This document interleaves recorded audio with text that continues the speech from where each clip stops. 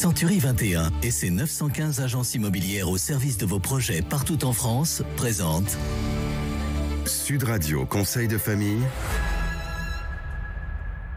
Bonsoir Stéphane Moller. Et bonsoir Philippe David. Stéphane, vous êtes associé au sein du cabinet VIA. Nous nous retrouvons chaque soir à 19h50 pour parler finances, immobilier, droit de la famille.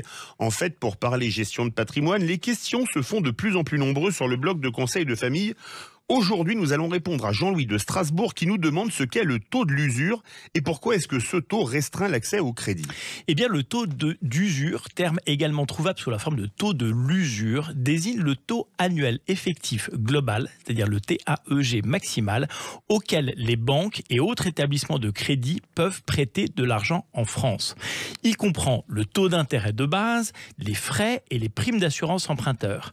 Il n'existe en fait pas un, mais bien plusieurs taux d'usure en fonction du type de prêt.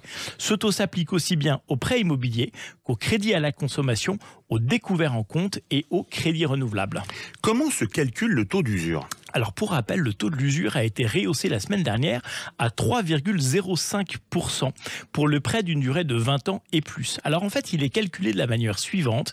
Il s'agit du taux effectif moyen pratiqué par les établissements de crédit sur le trimestre écoulé, majoré d'un tiers. Et à quoi sert ce taux d'usure ? Alors, la fixation d'un taux d'usure permet de protéger l'emprunteur contre des taux excessifs qui lui seraient proposés. Et des taux d'intérêt trop élevés pourraient placer l'emprunteur dans une situation financière difficile et, à plus grande échelle, déstabiliser l'économie globale. Le taux de l'usure joue alors donc un rôle de régulateur. Mais si le taux de l'usure vise à protéger les investisseurs d'un taux trop élevé, pourquoi fait-il polémique ? Eh bien, il fait polémique parce qu'il restreint l'accès au crédit de certains profils d'emprunteurs. Expliquez-nous. Eh bien, comme nous l'avons dit, le taux d'usure reflète en quelque sorte la somme des taux bancaires, des taux d'assurance, des frais de dossier et éventuellement des frais de courtage.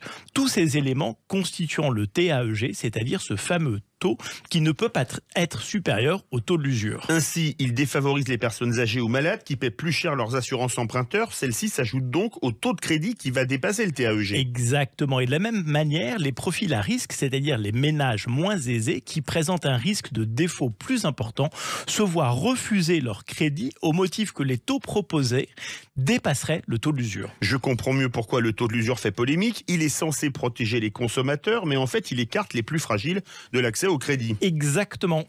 Intéressant. À demain, Stéphane. Retrouvez nos chroniques quotidiennes sur le site de Sud Radio et posez vos questions sur le blog de Conseil de famille, conseil au pluriel-2-famille.com. À demain, Philippe. À demain. C'était Sud Radio Conseil de famille. avec Century 21 et ses 915 agences immobilières au service de vos projets partout en France.